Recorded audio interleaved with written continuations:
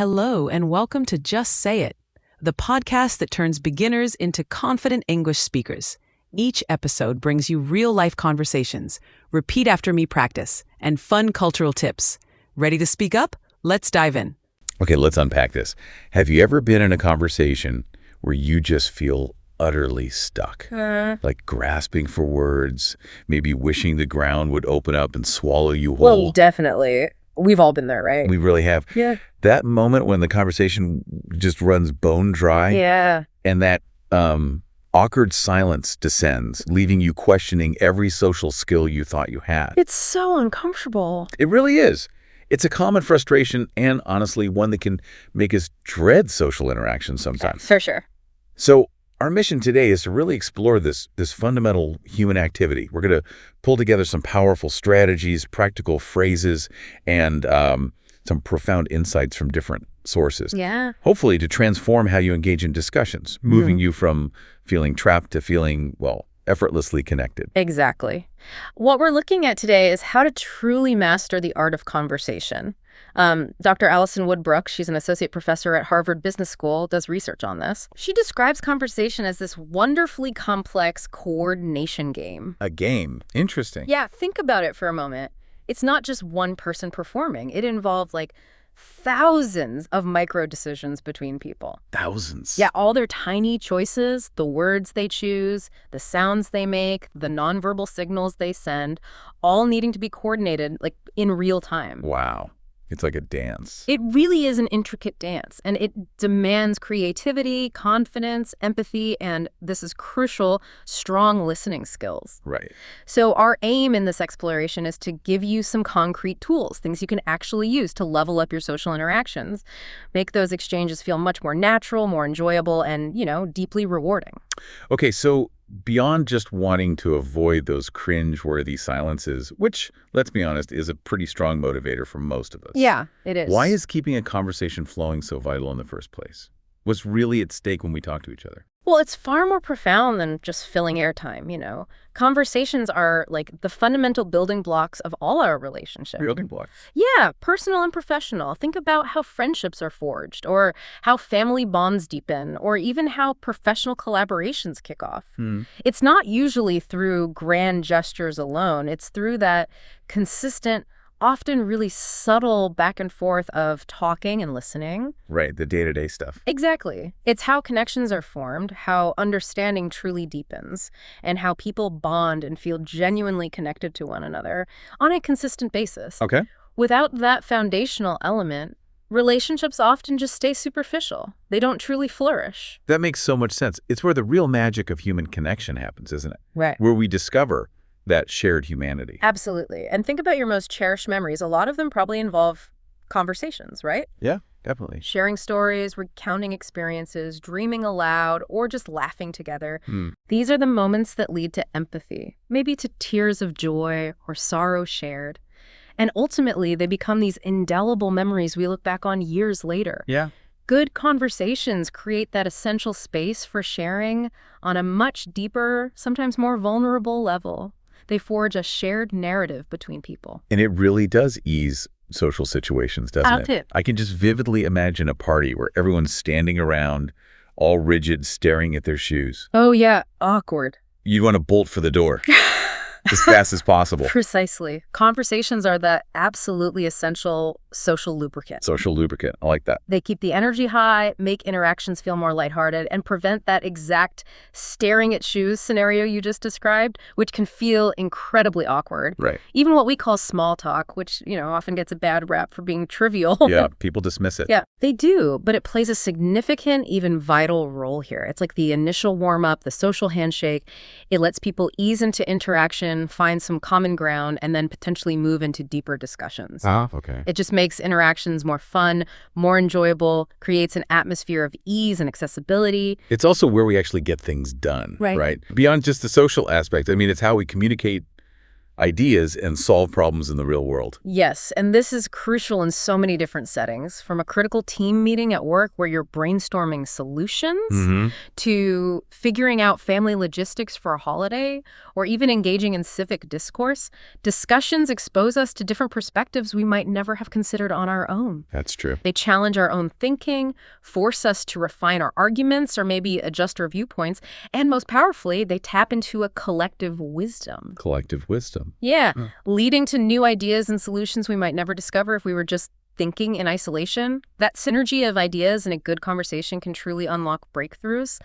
And on a deeply personal level, it can actually make us happier. That seems like a pretty significant benefit. It truly can, and this is backed by psychological research. Feeling heard and understood is a fundamental human need. Like really basic. As basic as the need for food or shelter, yeah.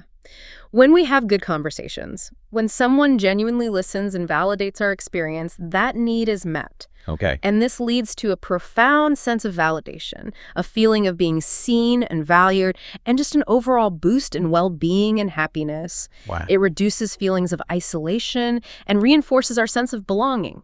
Humans are social creatures, right? Meaningful connection is just paramount to our emotional health. Okay, that makes it abundantly clear why conversation is such an essential skill. But what's fascinating is how often we think of talking when we picture great conversationalists. Right. Yet our sources really emphasize listening.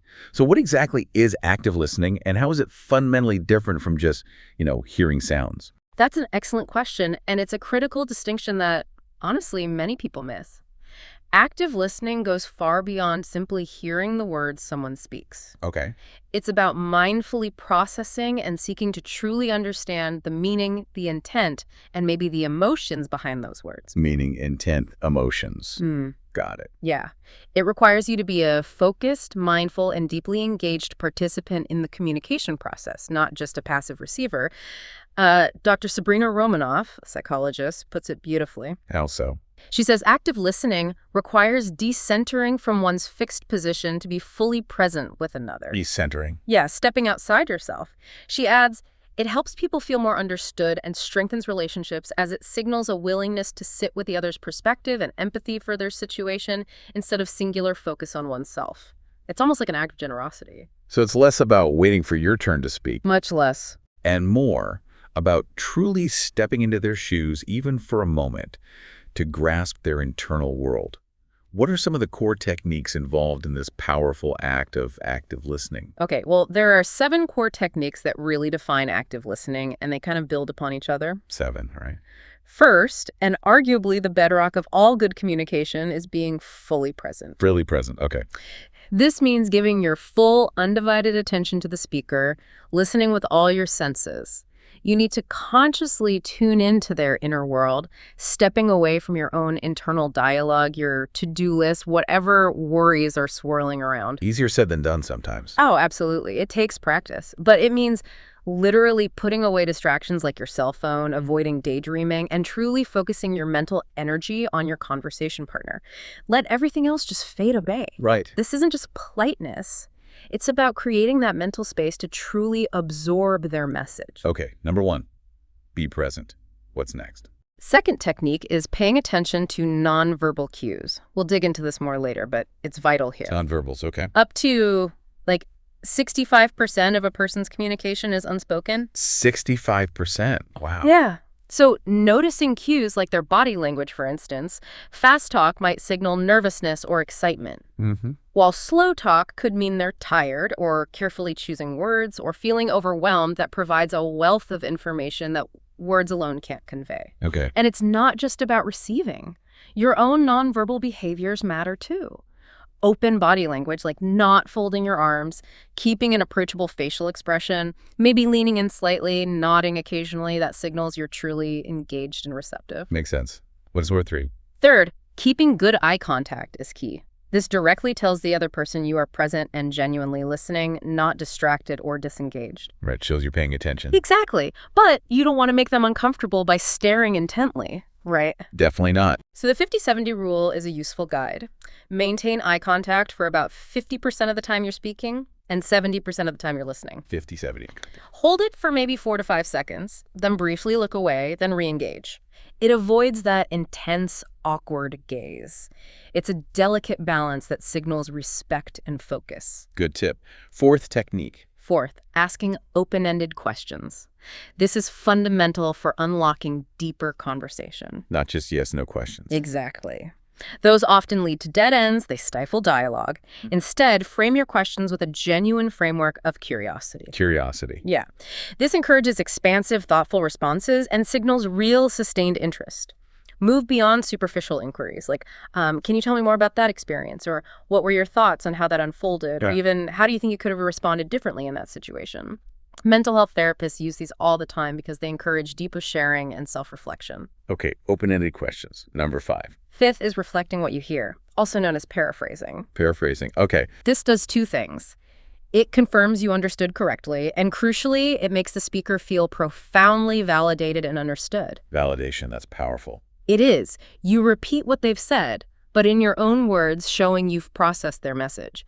Phrases like, so if I'm hearing you correctly, you're feeling frustrated by X because of Y, or it sounds like you're saying, or if I understand you correctly, are incredibly effective. Can you give an example? Sure. If someone expresses frustration about social anxiety, you might say, okay, so if I understand you correctly, most people don't truly grasp the real challenges of navigating social situations with social anxiety, and that's a source of considerable frustration for you. Ah, I see. It shows you really got it. Exactly. It helps prevent miscommunication, clarifies your understanding, and most importantly, shows you truly grasped their message and maybe their underlying emotion. Great. Number 6. Sixth, being patient. This is incredibly important. Allow the other person to speak without interruption, even if there are pauses. Don't jump in to fill the silence. Resist the urge. Don't feel the need to fill every silence or try to finish their sentences. The goal is to listen to understand, not just to respond. Understand, not respond. Key difference. Huge difference. It means actively avoiding preparing your reply while they're still talking or abruptly changing the subject, which can signal boredom or dismissiveness. A comfortable silence can often invite deeper thought or sharing. It signals you're a safe and attentive sounding board. Rushing someone can shut down their willingness to share authentically. Patience. Got it. And the last one, number 7. And finally, 7th, withholding judgment. This is key to creating a truly safe zone for the other person. The safe zone. Yeah, where they feel comfortable sharing their thoughts, feelings, or experiences without fear of being shamed, criticized, or blamed. Practice expressing empathy, accepting others for who they are and where they're at, and consciously recognizing when judgmental thoughts pop up in your own head so you can stop them. So it doesn't mean you have to agree with them. Not at all. Listening non-judgmentally doesn't mean you agree, but it means you are genuinely open to understanding their perspective. Okay, those 7 techniques are really powerful. Now, here's where it gets really interesting for me. The impact of feeling felt. It's almost like a transformation when you feel truly understood, isn't it? It really is, and it's profoundly powerful. Research, for instance, shows that simply validating how someone feels, even if you don't agree with their reasoning or their solution, can actually make them less angry. Less angry, just by validating. Yeah, and more open to dialogue. Active listening, at its core, helps people feel more understood. And that strengthens relationships immensely because it demonstrates respect and value for their needs, their concerns, their ideas. For individuals struggling with social anxiety, for example, emotional support, the kind you give through active listening, has actually been shown to decrease feelings of distress. It impacts specific areas of the brain involved in emotional regulation. Wow, so it has a physical effect, too. It does. It's not just about politeness. It's a powerful tool for building deep, resonant connection and emotional well-being. So we've laid the groundwork with mastering active listening. We're fully engaged. But what can we actually say to keep things from fizzling out? What are the practical verbal strategies that really keep the conversational ball rolling and prevent those awkward lulls? Right. Once you've truly mastered listening, the verbal part becomes much easier because you have so much more material to work with. One key area is prompting elaboration. Prompting elaboration. Okay. Sometimes a simple conversational nudge is all it takes. Oh, why? Yeah, just those little sounds. Yeah. For instance, if someone says, man, what a crazy day, you could just respond with a curious, oh. And often that small prompt is enough to get them to say, yeah, let me tell you what happened. It signals interest without demanding too much. That's so elegantly simple, but I can see how effective it would be. It creates an invitation to share more rather than a demand. Precisely. You can also use more direct requests for more information, like, tell me more about that, or would you like to share more details? Okay. If you want to be playful, especially in an informal setting, you could even say, I demand details, or spill the beans. Depending on the person, yeah. Right. And if you didn't quite catch something, or if a specific word or phrase is unclear, don't be afraid to ask for clarification. It's okay to ask. Absolutely. Could you say that again? Rick, could you repeat that? What exactly does word phrase mean in this context? It doesn't signal a lack of understanding. It shows you're engaged enough to want precision. Good point. Sometimes, even just repeating a particular word or phrase they use, like if they say, the party will be so wild, and you just respond, wild, that can be enough to get them to explain further what they mean by wild. That's a great trick. What about acknowledging what they're saying without just, nodding along blankly? How do we show we're tracking verbally? That's another vital part. Acknowledging and validating. Think of verbal nods like, right, yeah, got it, or gotcha. Use these sparingly so you don't interrupt their flow, but they signal you're still with them, mentally engaged. When they're sharing something emotional, empathizing with their emotions is incredibly powerful and builds rapport. How do you do that? Phrases like, that sounds emotion, or that must feel incredibly ooh, or I can't imagine how emotion that is for you. Okay. For example, if someone confides, man, I'm not sure how I can make new friends here. I'm so lonely. Responding with, wow, that does sound incredibly tough. It takes a lot of courage to share that. How can I help or support you? Shows you truly hear their emotional state and you're offering support. So it's about making them feel seen and understood in their emotions, not just their words. Precisely. And you can acknowledge their perspectives even if you don't necessarily agree with them. How'd that work? Phrases like, I can see that, I can see where you're coming from, or I can see why you might feel that way are helpful. These phrases validate their right to their perspective without necessarily endorsing it, which is crucial for maintaining respectful dialogue. If you do strongly agree, convey that with enthusiasm. I really resonate with that point, absolutely, or 100%. Right. And if you have a similar experience, connect through relating, oh, I can totally relate to that. That sounds just like me. Or I'm the same way when it comes to X. Shared experience is a powerful bonding agent. What about when someone shares good news? How do we react to that in a way that truly strengthens the connection? That brings us to displaying a positive reaction, or what researchers call capitalization. Capitalization? Yeah. Studies actually show that reacting positively, enthusiastically, and genuinely to someone else's good news is one of the most powerful predictors of relationship success and intimacy. Really? More than supporting them through bad times? It's incredibly impactful, yes. Think beyond a simple, that's nice. Instead, use phrases like, wow, that's incredible, congrats, you totally deserve that. Or, you're absolutely killing it. Be genuinely enthusiastic. Exactly. It makes the other person feel celebrated, seen in their success, and deepens their positive feelings towards you. Also, always offer genuine compliments. Compliments are good. Yes, but make them unique and specific to the person and the situation rather than generic. A specific compliment like, I really admire how you handled that difficult client meeting. Your calm approach was remarkable is far more impactful than just, you're nice. Okay. Specific compliments. Got it. These specific compliments make the other person feel truly seen, appreciated, and more likely to open up.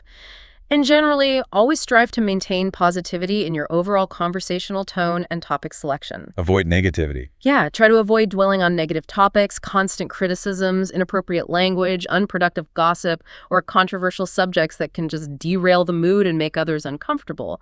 The goal is to keep the energy light and respectful. But sometimes, despite all this, the well still runs dry on a particular topic.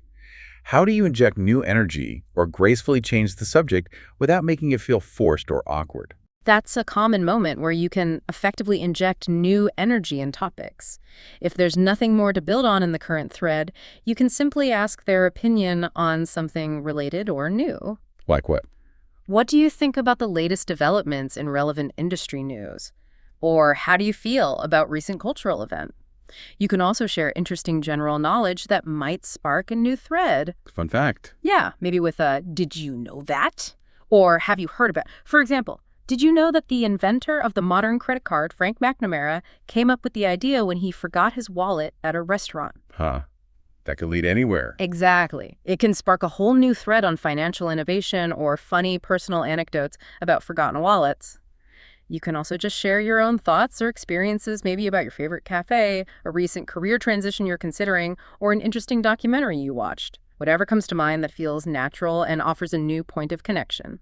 And for those moments when you feel completely blank on a new topic, there are helpful frameworks. Many find the FORM or FORD acronyms useful. Form or 4-day. Yeah. FORM stands for Family, Occupation, Recreation, and Motivation. FORD adds dreams. Family, occupation, recreation, motivation, or dreams. Right. So you might ask about their family, their job, what they do for fun, what motivates them, or even what some of their dreams are. These are simple, universally applicable categories to prompt initial connections. Like conversation starters. Exactly. They give you a starting point when you feel stuck and need a neutral way to initiate or reinitiate dialogue. They provide a gentle structure without being rigid. Those frameworks are incredibly helpful when your mind just goes blank. What if the conversation is really stuck or you need to steer it in a completely different direction because the current topic isn't working? Then you need to redirect the conversation more deliberately. First, gently acknowledge what they're saying. Show you heard them. You're not just abruptly changing the subject. Acknowledge first. Yeah, then pivot. Phrases like, what you just said about topic X reminds me of topic Y, or speaking of which, that reminds me, work incredibly well.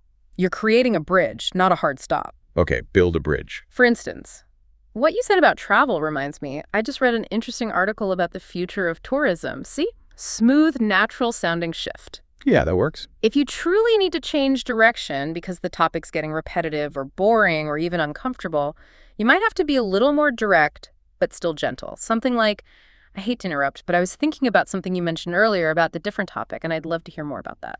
Okay, still polite but clear. Exactly. It signals you're moving on, but still values their contribution.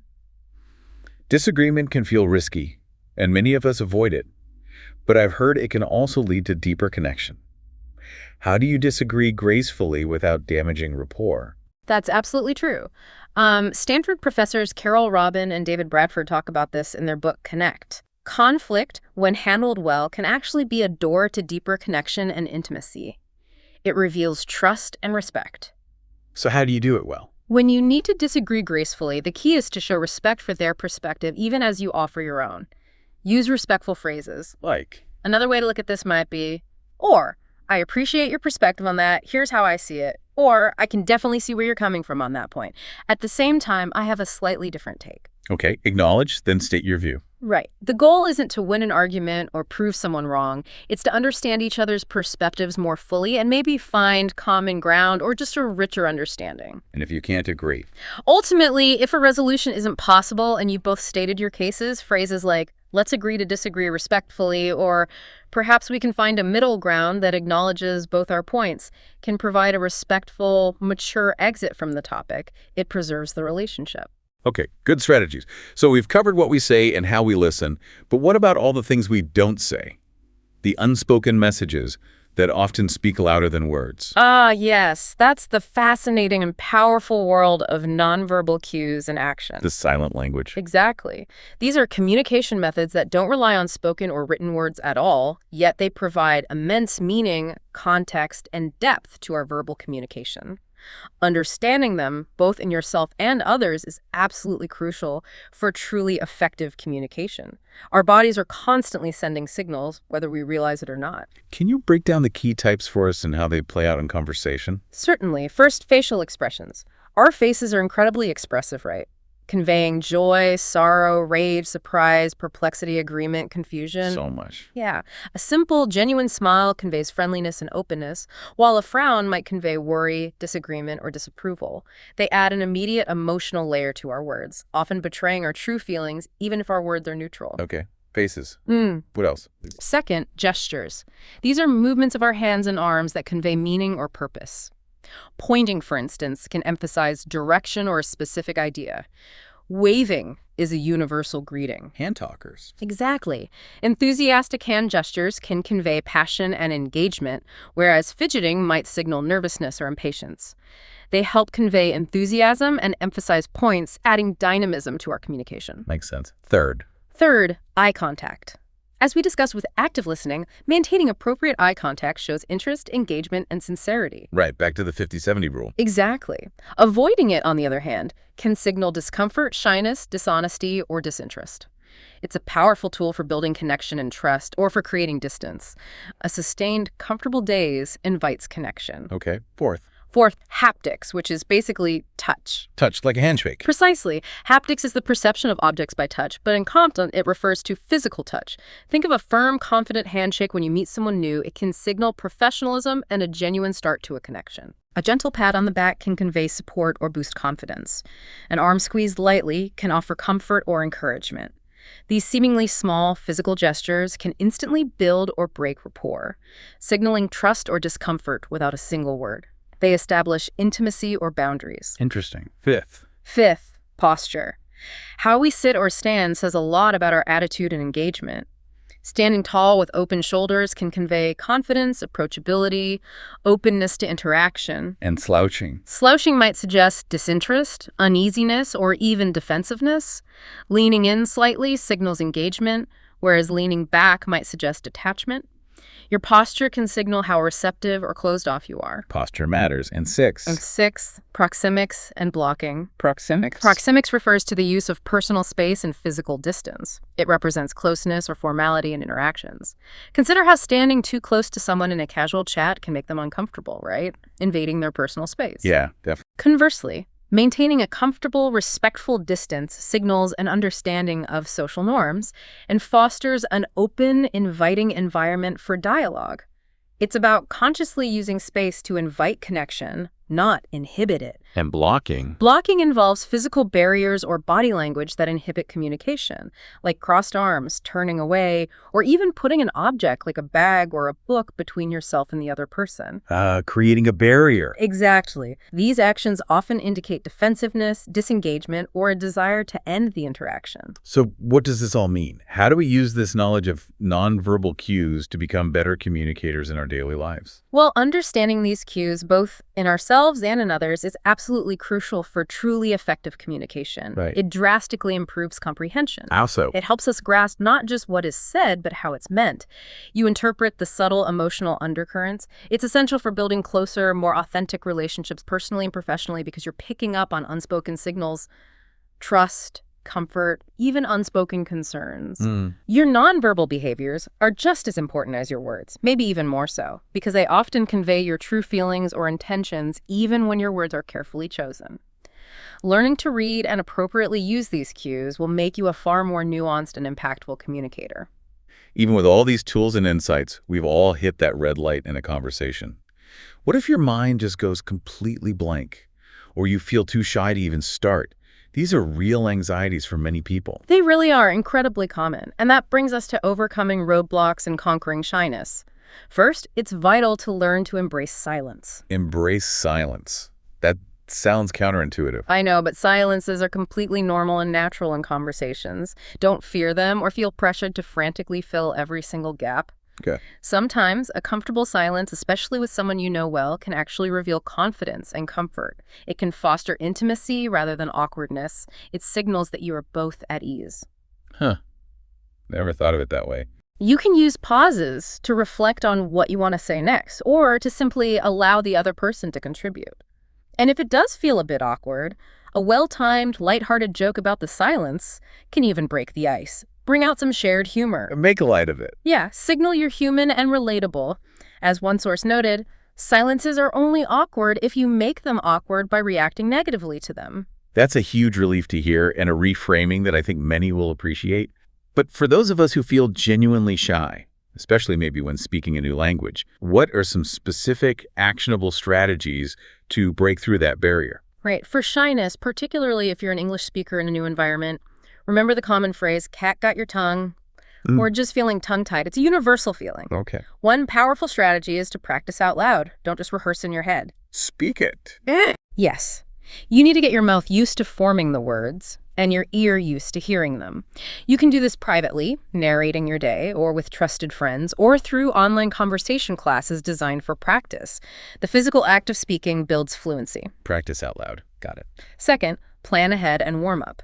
If you know you'll be entering a conversation or a social event, Take a few moments beforehand. Think about what you might say. Practice a few opening phrases or discussion points. This mental warm-up can significantly reduce anxiety. A little prep helps. It really does. Yeah. Third, go back to basics. Shy speakers often feared sounding silly or making mistakes. Start with simple sentence structures and familiar phrases. Focus on conveying your core message clearly. Keep it simple. Yeah. Once you see that people understand you and respond positively, your confidence will naturally build, and you can then gradually move on to more complex ideas and vocabulary. Okay. What else? Fourth, use verbal pauses. Native speakers do it all the time. Or ah can give you a crucial moment to think, recall a word, or formulate your next sentence without losing your turn. So, isn't always bad. Not necessarily. Just be careful not to overuse them so they don't become a nervous habit that distracts from your message. Use them strategically. Okay. And finally, consider online conversation classes or language exchange partners. These can be incredibly effective for shy speakers because they offer a convenient, less intimidating way to practice with teachers and other students, often in small, supportive groups. The pressure is lower and the feedback is constructive. Those are practical, tangible steps. Yeah. What about common challenges like the fear of making mistakes or not having anyone to practice with regularly? Yeah, real and understandable concerns, but they have solutions. For the fear of making mistakes, shift your focus from perfection to clear communication. Communication over perfection. Exactly. Every error is a learning opportunity, not a failure. Embrace them as part of the learning process. People will appreciate your effort more than they will judge your minor grammatical slips, honestly. That's good to remember. What about finding practice partners? Regarding a lack of speaking partners, you have more options than you might think. Utilize language exchange platforms, find people learning your native language. Join conversation clubs, online or in person. You can also engage in daily self-talk. Narrate your actions as you go about your day, describe your surroundings, summarize your day aloud in English. It sounds a bit odd, but it builds fluency and confidence. Talking to yourself. Yeah. And online tools like AI-powered conversation simulations are becoming incredibly useful for no-pressure, instant practice. Okay, and vocabulary. Or understanding native speakers. If you struggle with limited vocabulary, make it a habit to read widely in English. Note useful phrases and new words. Actively try to incorporate new words into your daily conversations. Even just one new word a day makes a huge difference over time. Read more, use new words. Yep. For difficulty understanding native speakers, expose yourself to a wide variety of English accents, podcasts, videos, movies, real conversations. Start with slower, clearer speech and gradually increase the speed and complexity. Immersion is key. And when the conversation just hits that undeniable roadblock, despite your best efforts to keep it going. It happens to everyone. When navigating conversation roadblocks, recognize the cues. Long pauses, repeating ideas, maybe uncomfortable laughter. Yeah, signs it's stalling. Exactly. Those often mean it's time to change topics. Don't be afraid to take the lead. You can try asking thought-provoking questions that require more than a yes-no answer. Look at what kind of questions. Maybe, what's something you've always wanted to try but haven't had the chance yet, and why? Or, if you could instantly become an expert in any one subject, what would it be? Get them thinking differently. Right.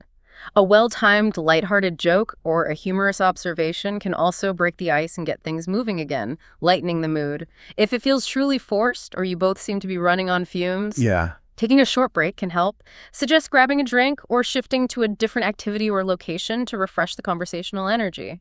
Sometimes a change of scenery is all you need. Good idea. Yeah. And all conversations eventually end. How do we make a graceful exit without it feeling abrupt or rude? Ah, yes. It's important to gracefully exit when a conversation has naturally run its course. Look for signs the discussion's slowing down, a lull in topics, maybe the other person seeming distracted or glancing around. Read the room. Exactly. Simple, polite exit phrases are key. You can say something like, "It's been genuinely nice talking to you. I have to go help person. Now I have another commitment, but I hope we meet again soon." TC and clear. Or, even simpler, "Well, it was great chatting with you. I hope we can connect again soon." The key is to be polite, clear, and leave a positive, open-ended impression. So we've gathered all these incredible nuggets of knowledge, all these insights into the art of conversation. What does this all mean for us? How do we take all these strategies and truly put them into practice to level up our communication skills and make these techniques second nature? Well, the overarching theme here, which really cannot be overstated, is that Practice makes progress, not necessarily perfection. Progress, not perfection. I like that. You wouldn't expect to be a concert pianist after one lesson, and conversation is no different. Consistent practice is key. Regular, even short daily sessions are far more effective than infrequent long ones. Little and often. Exactly. Think of it like building a muscle little and often builds strength and endurance. It's about building those neural pathways and forming habits. It sounds like consistency is indeed more important than intensity when it comes to developing conversational fluency. Exactly. Another powerful tip is to actively encourage your own curiosity. Be curious. Yeah, a genuine desire to know more about the other person or the topic makes it inherently easier to ask questions and seek understanding. When you're truly curious, the conversation flows more naturally because you are intrinsically motivated to engage. Makes sense. Also, make an effort to find common interests. It's much easier to stay fully engaged when you share a passion for the topic at hand. The conversation will feel less like work and more like play. I've always wondered about this next one. Is it really helpful to record yourself talking? Feels a little awkward. It can be incredibly valuable, yes, though it takes a bit of courage. If you record and review yourself having conversations with consent from anyone else involved, of course. Of course. You can identify areas for improvement that you'd never notice in the moment. You might catch specific filler words you're overusing, notice awkward pauses you didn't perceive, or see how your nonverbal cues are impacting the exchange. It's a fantastic self-assessment tool, offers objective feedback. Okay, maybe worth trying. What about everyday practice? For everyday practice, simply strike up casual conversations. This might seem daunting at first, but low-pressure settings are perfect. Like where? Chatting briefly with a cashier about their day, or a neighbor about town news, or a barista about their coffee recommendations.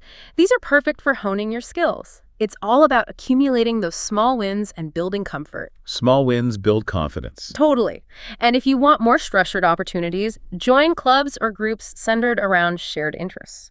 These provide natural starting points for discussions with people who already have something in common with you. So beyond just real-world interaction, what other methods can we use to improve? Role-playing with a friend can be fun and incredibly effective. Role-playing. Yeah, practice different scenarios and challenges in a safe, judgment-free environment.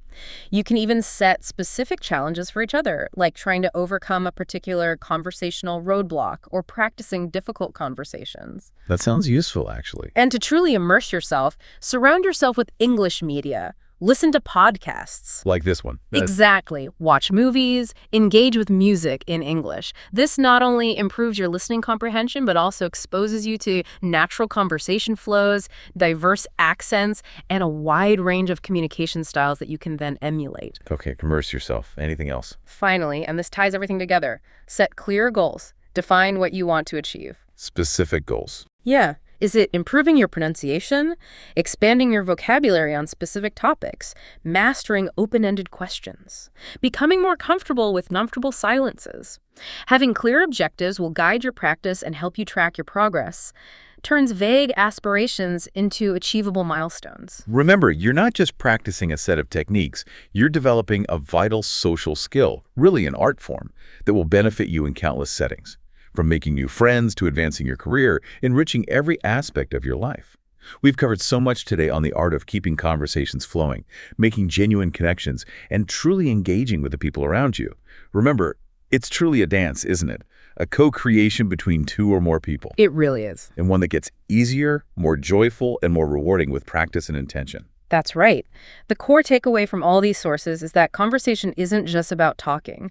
It's profoundly about authentic listening, genuine understanding, and truly connecting on a human level. By applying these strategies from actively listening to using specific verbal and nonverbal cues, and even gracefully navigating challenges and embracing practice, you'll feel more confident, you'll build stronger relationships, and you'll enrich all your social interactions in ways you might not have thought possible. So what does this all mean for you, the listener? Imagine how fundamentally different your connections could be if you approached every discussion with a framework of genuine curiosity, armed with the tools to truly understand and engage rather than just, waiting for your turn to talk or dreading that awkward silence. What unexpected connections are waiting to be made? What surprising insights are waiting to be uncovered when you simply show up with genuine curiosity and a willingness to understand rather than just waiting for your turn to talk? How will embracing these simple yet profound shifts transform your social world and maybe even beyond? Great job today on Just Say It, where every phrase brings you closer to fluency. If you found this lesson helpful, click the bell to never miss an episode and leave a comment sharing your favorite tip. Until next time, keep practicing and just say it.